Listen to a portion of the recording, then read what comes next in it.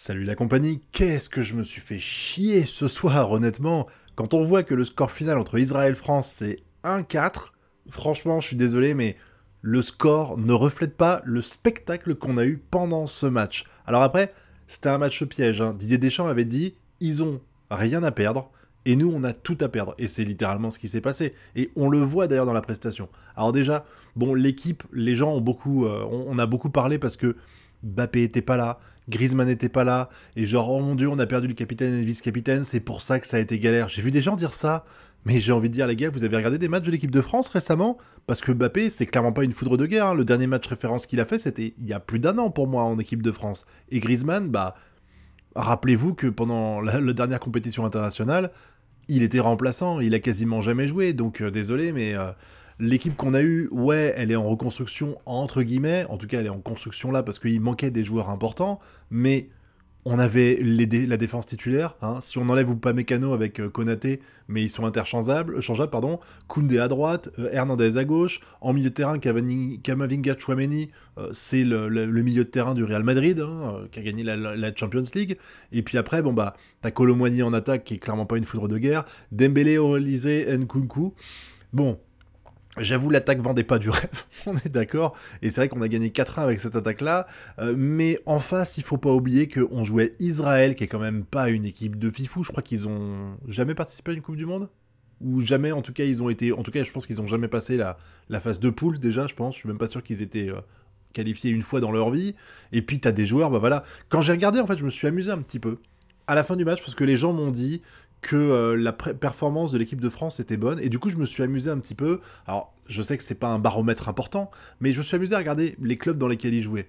Donc pour le fun, alors évidemment nous on parle de Dembélé titulaire au Paris Saint-Germain, Camavinga Tchouaméni Real Madrid, Olise Bayern, c'est ça, Olise, Arsenal, enfin voilà, on est dans des clubs qui jouent la Champions League, qui sont en train de jouer des fois pour certains, le titre en Champions League. Donc on parle vraiment de foudre de guerre, d'énormes joueurs. Et en face, bah, on avait des joueurs du Maccabi Haïfa, pardon, de Philadelphie, donc aux États-Unis, un joueur de la Gantoise en Belgique. Enfin, je veux dire, tu sens quand même que le niveau était pas le même. Et puis il faut pas oublier non plus que Israël, en ce moment, avec ce qui se passe dans leur pays, le match à domicile a eu lieu pas à domicile, c'était la Hongrie.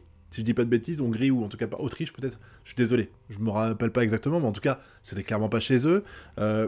Et avec la situation politique actuelle, je pense que ils doivent être assez perturbés, sincèrement. Donc je suis pas en train de les plaindre, mais je veux dire, on part face à une équipe qui est vraiment pas terrible sur le papier déjà, et qui en plus est psychologiquement dans un sale état. Donc la victoire a été pour ainsi dire assurée. Et pourtant, quand on regarde le match, jusqu'à la 80e minute, la victoire, elle n'est pas assurée. Elle n'est pas assurée. Parce qu'il y a un super but. Enfin, super. Il y a un beau but qui est mis par Camavinga. Vraiment. Alors, on va pas, je vais pas critiquer, la frappe était un peu molle, les gens ont pourri le gardien en disant il s'est chié dessus, il y a clairement un fourbon du ballon. Franchement, la pelouse était pas terrible, je pense que le ballon a rebondi plus haut que ce qui était censé être la norme en général, et du coup, bah, le gardien s'est toilé, et ça a entraîné un but. Mais moi, ce qui me tue, c'est ce qui se passe après. Parce que, quand vous regardez le but qu'on se prend, c'est incroyable de bêtises. Alors, c'est pas un problème de genre ils ont pas bien marqué leurs joueurs, c'est un problème de ils ne les ont pas marqués. Le mec, je crois que c'est Abou Fani, je crois que c'est lui, qui fait le centre. Je mettrai peut-être une photo hein, pour vous illustrer.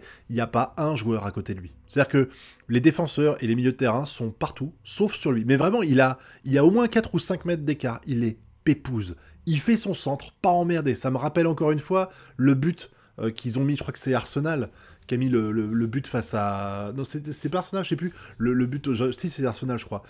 Face à Paris, c'est la même chose. Le joueur est pas emmerdé, donc il peut armer son tir. Enfin, ça passe, il est tranquille et tout ça. Et les deux défenseurs, là, ils sont en train de se... Ils jouent au morpion, là. Ils font un Shifumi, Saliba et Konaté. Il n'y en a pas un seul qui marque un joueur. Donc, bah, les deux attaquants qui sont là, ben, ils sont pas emmerdés du tout. Et l'autre, il met sa tête. Personne essaye de l'arrêter, parce que personne ne fait de marquage. Encore une fois, en 2024, les gars, le marquage, visiblement, c'est pour le fun, c'est rigolo. D'ailleurs, la preuve, on se mange que des buts par absence de marquage. Donc à un moment donné, il faudrait peut-être vous poser des bonnes questions.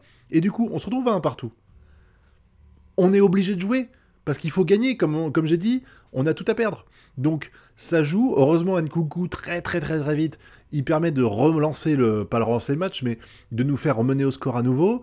Et là, le match, ça a été pour moi la preuve des problèmes de l'équipe de France actuellement. Ça veut dire que on mène 1-0, on est content. Très vite, on se fait mener au score, on se fait rattraper, et ensuite, on reprend la main, et là, l'équipe est tétanisée. C'est terminé. Ils ont tellement peur d'Israël.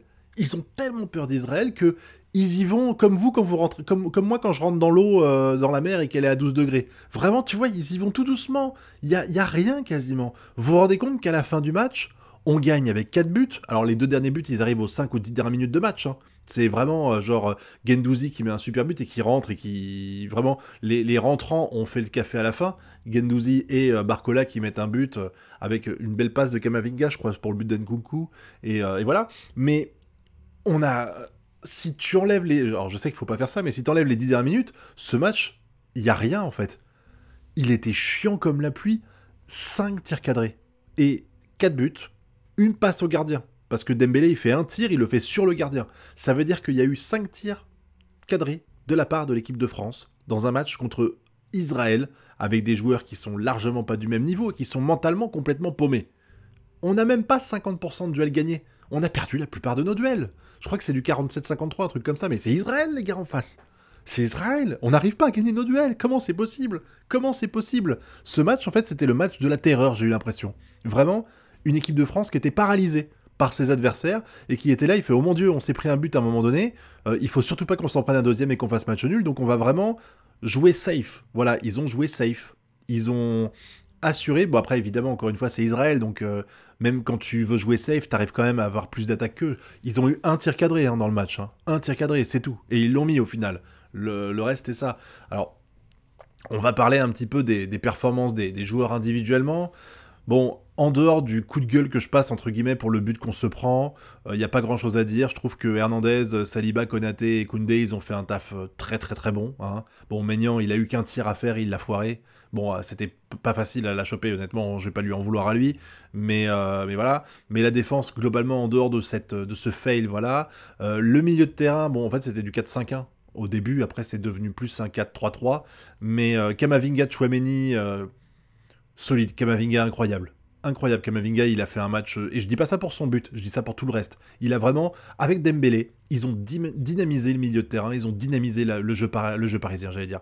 Le jeu de l'équipe de France. Vraiment, c'était incroyable. Quasiment tous les relais, tous les points importants du match, je pense que toutes les actions intéressantes qu'on a eues, elles viennent soit de Camavinga, soit de Dembélé. À chaque fois, ils sont dans le truc. Parce que vraiment, à gauche, Camavinga, il a fait énormément de bien à l'équipe. Il a fait d'ailleurs, je crois que c'est lui qui fait la passe à Nkunku, qui met nos buts.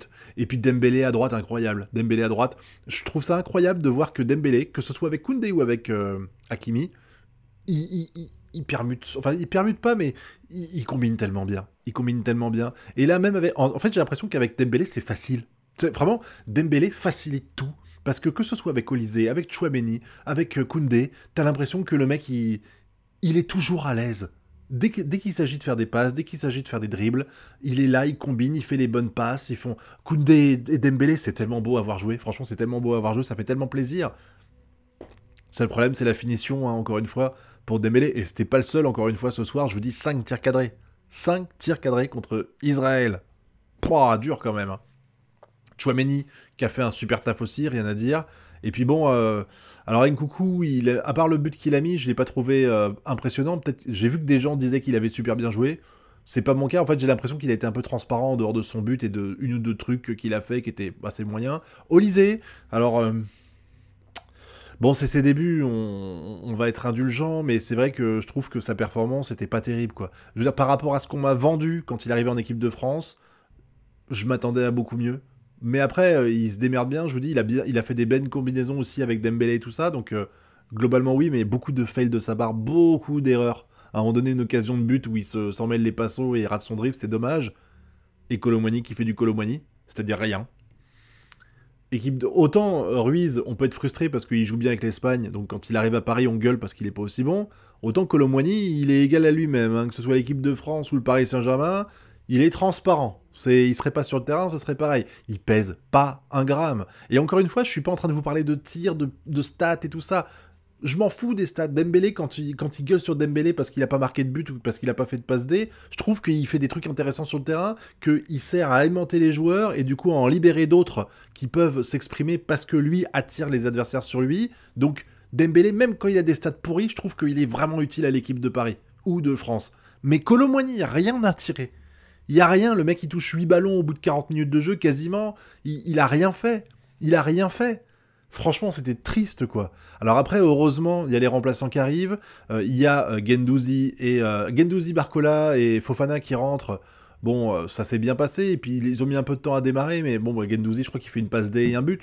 Hein, une passe D pour Barcola et un but qui a permis de nous mettre à l'abri. Et puis Barcola qui met ça, on peut appeler ça la spéciale maintenant, hein, l'enroulé du droit comme ça, en une touche de balle. Parfait, placé, voilà, libre, tranquille. Ça a permis de gagner 4-1, mais le 4-1, il masque les gros problèmes de l'équipe. Avec énormément d'erreurs, énormément d'errements, énormément de pertes de balles, énormément d'erreurs techniques qui devraient jamais arriver, et encore moins face à Israël.